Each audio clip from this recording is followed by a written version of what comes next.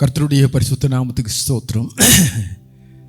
இன்றைக்கும் ஆண்டவர் எனக்கு ஒரு மிகப்பெரிய கிருபையாய் எனக்கு இந்த நாளை அவர் எனக்கு கொடுத்திருக்கிறார்.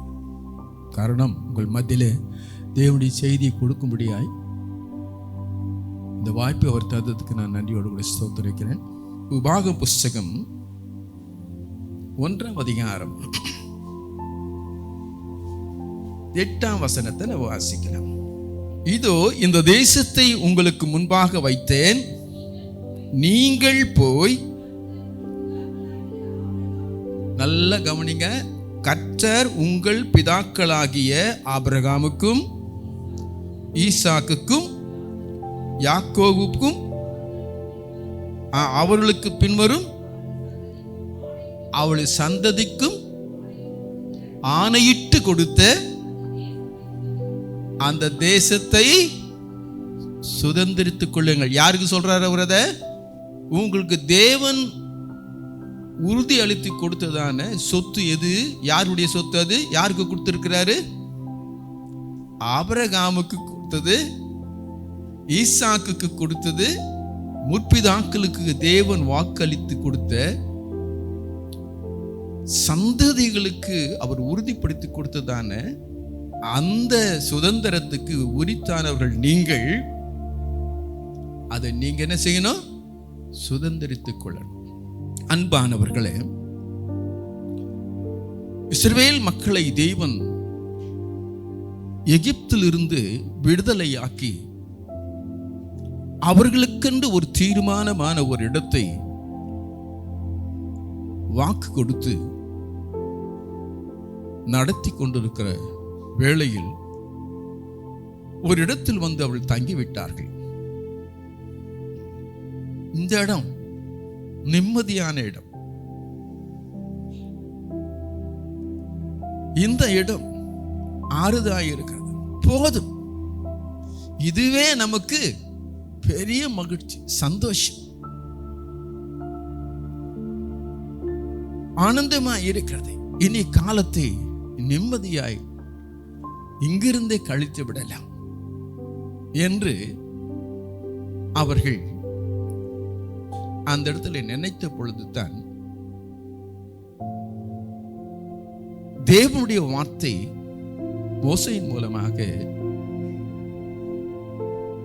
கொடுத்து அந்த மோசே இஸ்ரவேல் மக்களுக்கு அதை அவர் சொல்லுகிறார். தான் அழைத்து நடத்தி வருகிற அந்த மக்களை பார்த்து சொல்லுகிறார், ஆண்டவர் சொல்லுகிற வார்த்தையை கேளுங்கள். இதோ இந்த தேசத்தை உங்களுக்கு முன்பதாக நான் வைத்திருக்கிறேன். ஆண்டவர் சொல்லுகிறார், நீங்கள் போய் உங்கள் பிதாக்களாகிய ஆபிரகாமுக்கும் ஈசாக்குக்கும் யாக்கோபுக்கும் கொடுத்த அந்த தேசத்தை உங்களுக்காகவும் சந்ததிகளுக்காக வாக்கு பண்ணினதை சுதந்திரித்துக் கொள்ளுங்கள். இங்கே தங்கி இருந்தது போதும். அதே உபாகம புஸ்தகம் 1ஆம் அதிகாரம் 6ஆம் வசனத்தை நீங்கள் வாசிப்பீர்களானால் அங்கே அது விளங்கும். ஓரேபிலே நம்முடைய தேவனாகிய கர்த்தர் நம்மோடு சொன்னது என்னவென்றால், நீங்கள் இந்த மலை அருகே தங்கி இருந்தது போதும். இந்த இஸ்ரவேல் மக்கள் அடிமைத்தனத்திலிருந்து, கொடுமையான சூழ்நிலையிலிருந்து மீட்கப்பட்டு அவங்கள மோசையின் மூலமாக நடத்தின்னு வர்றார். ஒவ்வொரு இடத்துக்கு அவங்க கடந்து வரும்போது அநேக கஷ்டங்கள் எல்லாம் பாட்டு வராங்க. அது இல்லை, இது இல்லை, இது இல்லை. இந்த ஓரேப்ல வந்த அப்பொழுது அவங்களுக்கு என்ன இல்லாம போயிடுச்சு? குடிக்கிறதுக்கு தண்ணி இல்லை. மிருக ஜீவனுக்கெல்லாம் தண்ணி இல்லை. ஓரேப் என்றால் வனாந்தரம், காய்ந்த பூமி, செழிப்பற்ற பூமி. அந்த இடத்துல வந்துட்டு இவங்க ஏன் தங்கி இருந்தாங்க? ஏன் இதுதான் நல்ல இடம் சொல்லி இருந்தாங்க? நல்லா கவனிக்கிறாங்க. அந்த இடத்துல தான் இந்த சம்பவம் நடக்குது. ஆண்டவர் மீண்டும் பேசுறார். ஏறக்குறைய 40 வருஷம் கடந்து வந்துட்டாங்க. அங்க பழைய ஜெனரேஷன்லாம் வழியிலேயே வயசானவங்களாம் என்ன பண்ணிட்டாங்க, இப்போ யார் இருக்கிறது, சின்னவங்களாம் புறப்பட்டாங்க பாரு. அவங்களாம் இப்போ எப்படி இருக்கிறாங்க, நல்ல திடகாத்திரமா வாலிபர்களா நடு வயதில் உள்ளவங்களாம் இருக்கிறாங்க. அப்பா அடிமை தினத்தில் பட்டம் பாரு. நம்மளுக்கு இந்த வாலிபர்களாம் நமக்கு எதுவுமே கிடைக்காம இப்படி கடைசி இவ்வளோ தொந்தரவு போட்டு வந்த உடனே மோசேன் மூலமா கண்மலைய பேச சொன்ன என்ன பண்ணாரு, நல்லா கவனிச்சுங்க. இந்த வார்த்தையெல்லாம் யாருக்குன்னு கேட்டா நமக்கு ஆண்டவரோடு பேசுறது தான் இது. அடிச்ச உடனே என்ன வந்துதான், கண்மலையிலிருந்து வேற வந்துருச்சு. அந்த நீர் எடுத்து சாப்பிட்டோம்னா அவங்களுக்கு என்ன வந்ததுன்னா பெரிய சந்தோஷம். இதுவரையிலும் இந்த மாதிரி தண்ணியை நாங்க என்ன பண்ணல, குடிச்சது சந்தோஷம். அந்த இடத்துல அவங்க நல்லது கிடைச்ச சந்தோஷமாயிடுச்சு. அவங்களுக்கு அளவில்லாத ஒரு சந்தோஷம் கிடைச்சது. தண்ணி வந்துட்டா என்னென்ன நடக்கும்னு நினைக்கிறீங்க? அங்க சுத்தி செழிப்பு வந்துடுது. பாலைவனம் எப்படி மாறுது, இப்போ செழிப்பா மாறுது. அது மாத்திரமல்ல, இவங்க இங்க வந்துக்கிறத பார்த்த உடனே அமலேக்கியர் எல்லாம் சேர்ந்து இவங்களை அழிக்கணும்னு நினைச்சு போடி வராங்க. அப்ப அங்க ஒரு சம்பவம் நடக்குது. இந்த இஸ்ரவேல் நிர்கதியாய் வந்தவங்க, அவங்களாண்ட போர் ஆயுதம் இல்லை, அதற்கு வேண்டிய பயிற்சியும் அவங்களுக்கு இல்லை. அமலேக்கியர் மிகவும் கொடூரமானவர்கள், மனித தன்மை அற்றவர்கள், மிருகங்களைப் போலவே. அவளை எதிர்த்து யுத்தம் செய்ய வேண்டுமானால் அவர்களால் கூடாத காரியம். யுத்தம் செய்யறதுக்கு வேண்டிய திறமையில கொடுத்தது மாத்திரமல்ல, அந்த அமலேக்கியரை அழித்து துரத்தி விட்டு ஜெயம் எடுத்த இடம்தான் இந்த ஊரே. இப்ப ரெண்டாவது அவங்களுக்கு என்ன கிடைச்சிச்சு, வெற்றி கிடைத்த இடம். தண்ணி கிடைச்சது, அடுத்தது நல்ல ராசியான இடம். பாது நம்ம எதை வச்சாலும் யாரும் நம்மள என்ன பண்ண முடியாது. அடுத்தது அவங்களுக்கு என்ன கிடைச்சது, அங்க சாப்பிட்றதுக்கு காலையில மண்ணா கிடைச்சது. வேலைக்கு போக வேண்டியதில்லை, யார்கிட்டையும் கை கட்டி பதில் சொல்ல வேண்டிய அவசியம் இல்லை. இலவசமா அவங்களுக்கு வீட்டு வாசல்லையே கிடைக்குது எல்லாம். அவள் போட்டிருந்த ஆடை கூட பழசாவில் கிழியும் போகல. யோசித்து பாருங்க. அது மாத்திரம் இல்லை, முதல் தேவன் மோசே சந்தித்த இடம் இது ஓரேப். அவர் அங்கேருந்து எகிப்துக்கு பயந்து என்ன பண்ணாரு, ஓடி வந்தபோது முச்செடியிலே தரிசனமான தெய்வ தூதன் அந்த இடம் தான் ஓரேப். ஆனா அது பாலைவனம். அங்க ஒரு செழிப்பை தேவன் இஸ்ரவேலர்களுக்காக கொடுக்கிறார். மோசே இன்னொரு காரியத்தை செய்தார். அந்த இடத்துல வெற்றி கிடைச்ச உடனே ஆண்டவருக்கு ஒரு பலிபீடத்தை அவர் கட்டுறார். இந்த பலிபீடத்துல தான் எல்லாம் கட்டி முடிச்சுட்டு அதுக்கு ஒரு பேரு வைக்கிறார். என்ன பேரு? யெகோவா நிசி. வெற்றியின் இடம். யாரும் என்ன செய்ய முடியாது, நம்மள தொட்டு பார்க்க முடியாது. இப்போ நமக்கு ஆண்டவர் எப்படி இருக்கிறார்? இப்போ அரணா இருக்கிறார்.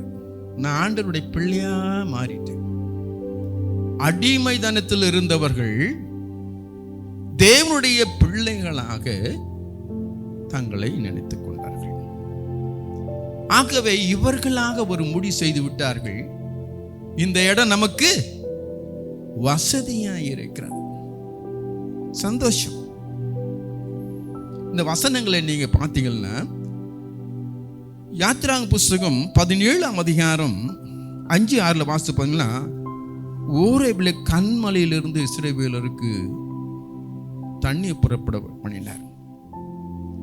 அதே 17ஆம் அதிகாரம் 9-14 முடிய நீங்கள் வாசித்து பார்த்தீங்கன்னா, அமலேக்கியரோடு யுத்தம் செய்து வெற்றியை கொண்டது மட்டுமல்ல, சூரியன் அங்கே உள்ள வார்த்தைக்கு கீழ்ப்பட்டு நின்ற இடம். யுத்தம் முடிகிற வரைக்கும் என்ன பண்ண, சூரியனை என்ன செய்யக்கூடாது,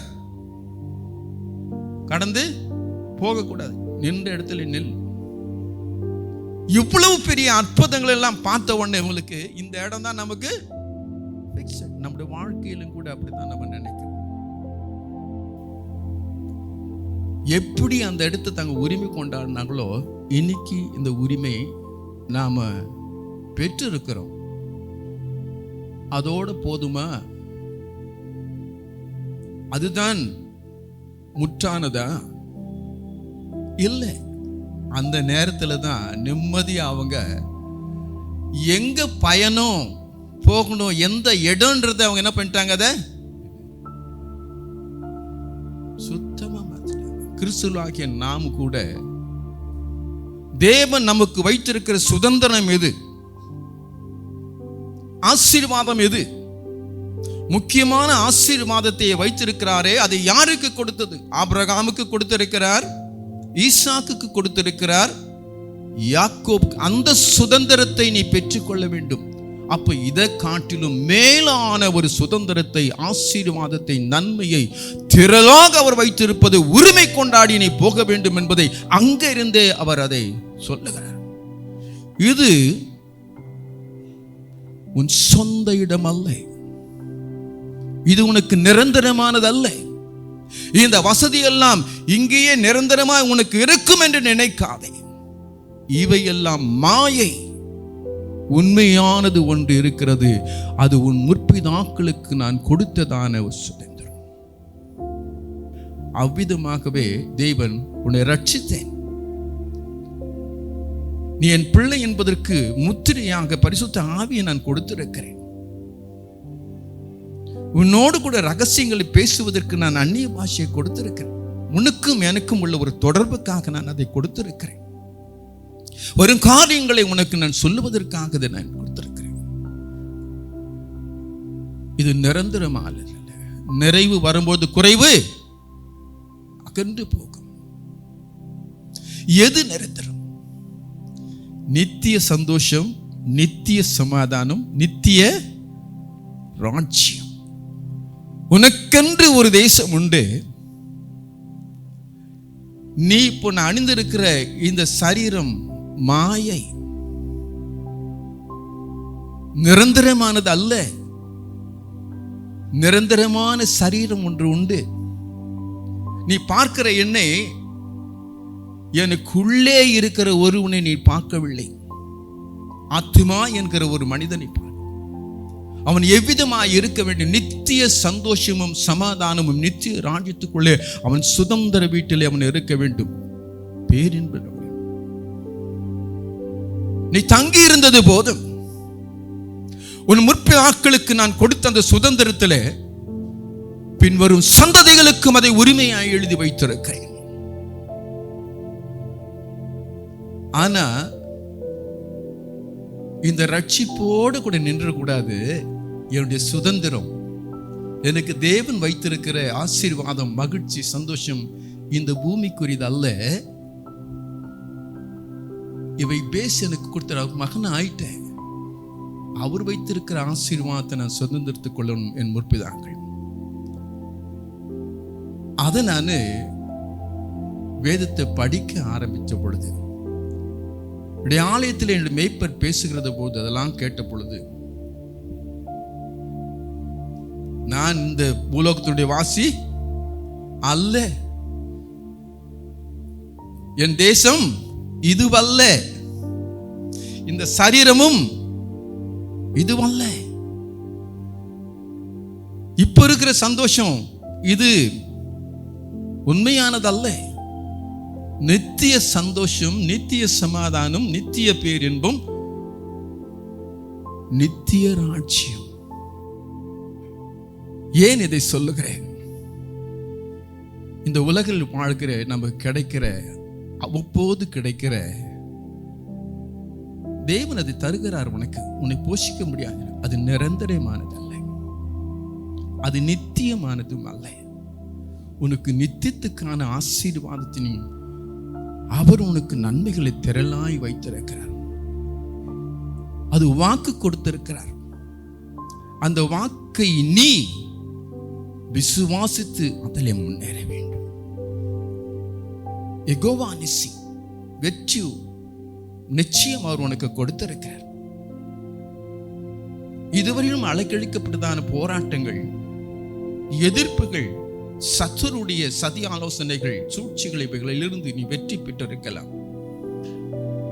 அந்த சந்தோஷத்திலே மிதந்து போய் இதுதான் நிரந்தரம் என்று நினைக்காதே. அதை காட்டிலும் மேலான ஆசீர்வாதத்தை தேவன் வைத்திருக்கிறார். இந்த இடம் வனாந்தரம் என்று நான் சொன்னால் நம்ப மாட்டீர்கள். இந்த உலகம் காண்கிற எல்லாமே விஞ்ஞான உலகம் என்று சொல்லுவார்கள். எல்லாம் மாயை, ஒன்றும் இருக்காது.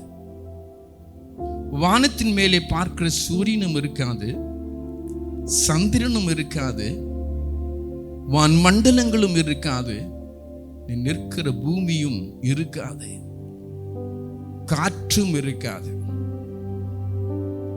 எல்லாம் நெருப்பாய் மாறி போகும் என்பதை உணர்ந்து ஆண்டவர் சொன்னார், இது உன் தேசம் அல்ல, இது இந்த இடம் போதும் தங்கி இருந்தது.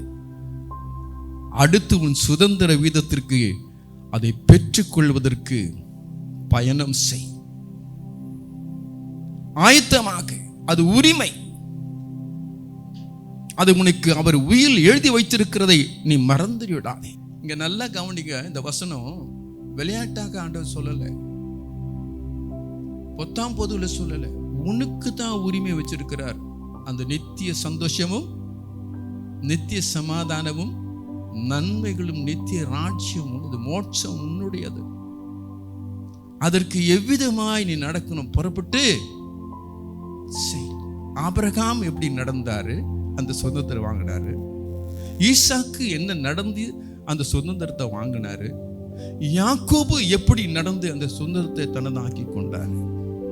அந்த சுதந்திரத்தினுடைய வழியை நாம் பின்பற்றி முற்பிதாக்களுடைய ஆசீர்வாதங்களை நமதாக்கி கொள்ள வேண்டும். இதுதான் தேவனுடைய வார்த்தையாக இருக்கிறது. மோசே கொண்டு இஸ்ரவேல் மக்களுக்கு அவர் சொன்னார். அன்பானவர்களே, இந்த வார்த்தையை நீங்கள் கவனித்து பார்ப்பீர்களானால் நாம் எவ்வளவு பாக்கியம் பெற்றவர்கள். கிறிஸ்தவன் என்று சொன்னால் பெயரை மாற்றிக் கொள்வதற்கல்ல, தேவனுடைய சகல உரிமைகளையும் பெற்றவனே கிறிஸ்தவன். கிறிஸ்துவனுடைய ஆசீர்வாதத்தை உடையவனே கிறிஸ்தவன்.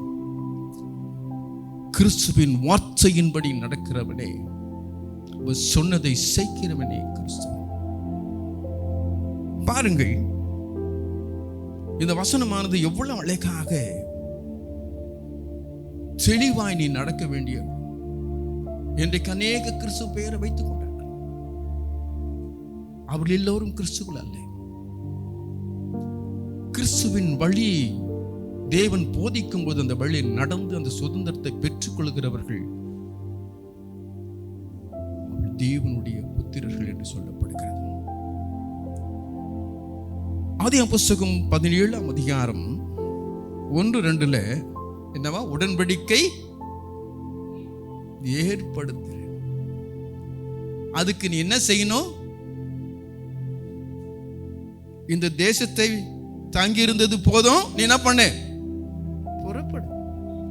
விட்டுட்டு என்ன பண்ணு, புறப்படு. ஆபிரகாமுக்கு தேவன் சொன்ன வார்த்தை, அவன் தங்கி இருந்த இடத்தை விட்டு, இது உனக்கு நிரந்தரமானதல்ல, புறப்படு. இப்ப அவரு எப்படி புறப்பட்டு போகணும்னு சொன்னாரு? உத்தமமாய் நடந்து, எனக்கு முன்பதாய் நடந்து. உத்தமம், அங்கதான் ஒரு பெரிய சிக்கல். இந்த உத்தமம் என்கிற வார்த்தை தேவனுடைய சொல் அடிப்பகாதபடி நடப்பதற்கு வாக்கு கொடுக்கப்பட்டிருக்கிறது. உடன்படிக்கை செய்திருக்கிறார்கள். உடன்படிக்கை என்பது ஒருவர் மாத்திரமல்ல, இருவரும் சேர்ந்து செய்ய வேண்டிய ஒரு காரியம். அந்த உடன்படிக்கை செய்த உடனே அந்த உடன்படிக்கையை மாற்றுகிற செயல்தான் உத்தமத்தை தவிர்ப்பது. அந்த உடன்படிக்கையிலேயே நடந்து செல்லும் பொழுதுதான் நீ உத்தமமாய் இருக்கிறாய் என்று ஒரு பொருள். இந்த வார்த்தையானது கிறிஸ்து மக்களாகிய நமக்கு மிகவும் கவனிக்க வேண்டியதான். நாமும் உடன்படிக்கை செய்திருக்கிறோம். இந்த ஆபிரகாம் புறப்பட்ட உடனே முதல் ஒரு ஊரை காமிக்கிறார், போறார். போகும் பொழுது அந்த ஊர் மக்கள் இதற்கு முன்பதாக ஒரு பார்த்தது இல்லை. அவங்களுடைய தெய்வங்களை பத்தி இவருக்கு தெரியாது. மொழி, கலாச்சாரங்கள் இவை எல்லாமே அவருக்கு தெரியாது. அவங்களுக்கு இவரை பத்தி தெரியாது. ஆனா இவர் என்ன பண்ணிருக்கிறாரு, போயின்னு இருக்கிறார். அந்த முன்பின் தெரியாது. அப்ப கொஞ்ச நேரம் பேசுவாங்கல்லாம், இவங்க கதை அவங்க கதைலாம். அப்ப ஆபிரகாம் பேசியிருப்பாங்களா, பேசிருக்க மாட்டாங்களா? ஆபிரகாம் என்ன சொல்லிப்பாரு, நீ ஏன் அந்த ஊர்ல இருந்து வர, இங்க போற, இந்த ஊருன்னு தெரியாம போறியே, ஆண்டவர் காமிக்கிறாரு, அந்த கடவுள் பெருசா அப்படின்னா ஆபிரகாம் என்ன சொல்லியிருப்பாரு? ஆமா, என் ஆண்டவர் பேசுகிறவர், என் ஆண்டவர் உண்மையா செய்வார், என்ன ஆசீர்வதிக்கிறேன்னு சொல்லியிருக்கிறாரு. ஆசீர்வாதம். அவங்க என்ன சொல்லியிருப்பாங்கன்னு நினைக்கிறீங்க? காணாத தெய்வத்தை போய் சொல்லுங்க, பாரு செய்தி வச்சுக்கிறேன் பாரு, இதெல்லாம் இதுல இந்த கடவுள், இது இந்த கடவுள், இது இந்த கடவுள், இந்த கடவுள், இதை விட பெருசு, இதை விட அது பெருசு, அதை விட அது பெருசு, முதல்ல இங்கே இருந்து போகணும் சொல்லியிருப்பாங்க. என்ன பண்ணியிருப்பாரு இவரு?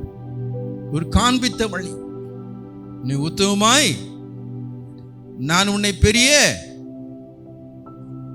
உன்னை திரளாய், அடுத்து சொன்னார், நீ போற தேசத்தை நான் என்ன பண்ண இடத்த உனக்கு தருவேன். நம்முடைய வாழ்க்கையில உடன்படிக்கை செய்தவர்கள். ஏன் இதை சொல்றேன்? ஆபிரகாம் தன் தேவனை பற்றி அவ்வளவு தெளிவாய் இருந்தார். தன் குடும்பத்துல அந்நியருடைய சகவாசத்துல இணைச்சி நடந்ததே இல்லை. அந்த தேசத்துல, புது தேசத்துல போகும்போதெல்லாம் தேவனுக்கு பலிபீடம் கட்டி தொழுது கொண்டார். நாம் சொந்த பூமியிலே நாம் என்ன செய்ய முடியல, எதிர்க்க கர்த்தரை பாடி துதிக்கிறதுக்கு, வீட்லயே ஜெபம் பண்றதுக்கு நம்ம அச்சப்படுறோம். ஐயோ, பக்கத்துல எல்லாம் கேட்ட போது,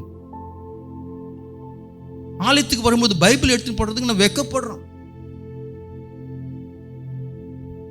ஏன்னா நம்ம யாருன்னு தெரிஞ்சிட போது. அன்பான தேவனுடைய பிள்ளைக்கு ஆபிரகாம் அப்படி அல்ல.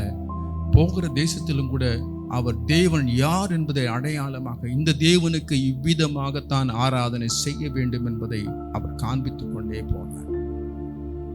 எல்லாம் கேலி பேசியிருப்பாங்க, எதிர்ப்பு வந்திருக்கும். ஒரு மிஷனரியாகவே அவர் புறப்பட்டார்.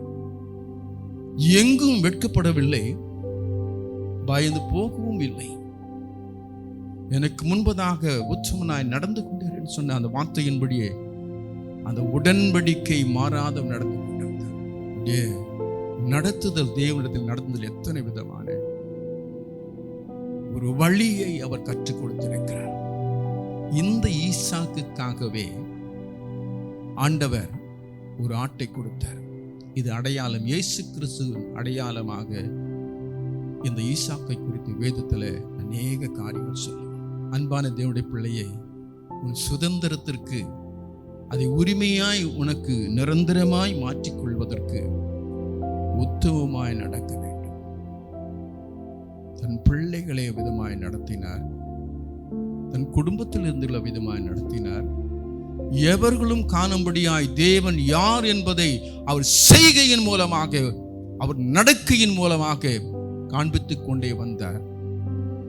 தேவன் அவரை, வெறுமையாய் வந்தவரை பெரிய செல்வந்தராக மாற்ற, சீமானாய் மாற்றினார். ஏன்? ஒரே ஒரு உத்தமமாய் தேவனை பின்பற்றினால் நீ மாத்திரமல்ல, உன் சந்ததிகளும் பின்பற்றத்தக்கதாய் முன்மாதிரியாய் நீ நடக்க வேண்டும். அநேக பெற்றோர்கள் அவ்விதமாய் நடப்பதில்லை. தாங்கள் எவ்விதமாய் இருக்க விரும்புகிறார்களோ சுயமாகவே அவர்களுக்கு நடத்துகிறார். வாசிக்கலாம், நீதிமொழியின் புஸ்தகம் 11ஆம் அதிகாரம் 20ஆம் வசனம் இவ்விதமாய் சொல்லுகிறது. இன்றைக்கு நாம் என்ன செய்கிறோம்? மாறுபட்டு நாம் செய்யக்கூடாது. மாறுபாடு இல்லாதபடி ஆபிரகாம் நடந்தார். ஈசாக்கு மாறுபாடு இல்லாதபடி அவருடைய வாழ்க்கையிலே தன் தகப்பனார் எந்த வழியை காட்டினாரோ அதே வழியிலே அவர் நடந்தார்.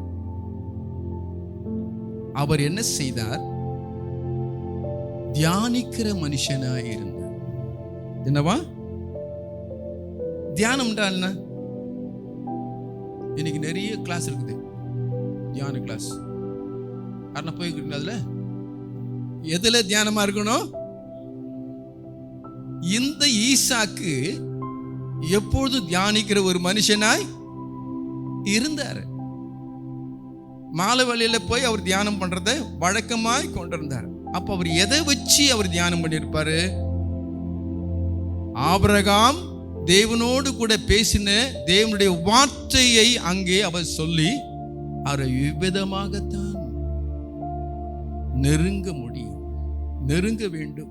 அவருடைய ஆசீர்வாதத்தை அவர் என்னை ஆசீர்வதித்தார், சீமானாய் ஆசீர்வதித்திருக்கிறார். உன்னை அவர் கொடுத்தார். என்னோடு கூட நடந்து வந்த தேவன், என்னை பாதுகாத்த தேவன், என்னை 2 பரிவாரங்களுக்கு சீமானாய் மாற்றின தேவன். நான் அவரோடு கூட இணைந்தே இருப்பேன். அந்த உத்தமமான வழியில் நின்ற பொழுதுதான் அந்த சுதந்திரத்தை அடுத்து இன்றைக்கு அந்த வழியிலே காலேபும் யோசுவாவும் தேசத்திலே சுதந்திர விதமாய் பெற்றுக் கொண்டார்கள். முற்பிதாக்களின் சுதந்திரத்தை. கானான் தேசத்துக்கு போனது 2 பேர் எழுதியிருக்குது. அது யாரு? காலேப். அவர்கள் எந்த வழியில் நடந்தார்கள்? உத்தமமாய் ஆபிரகாம் பின்பற்றின வழி, ஈசாக்கு பின்பற்றின வழி, யாக்கோபு பின்பற்றின வழி. அவர் கடந்து வாழ்ந்து சுதந்திரத்தை பெற்றுக்கொண்டு இன்றைக்கும் அவருடைய சந்ததிகள் உலகம் முழுவதுமாக அவர் பெரியவர்களாய், சிறந்தவர்களாய், மேன்மக்களாக அவர் இருக்கிறார்கள்.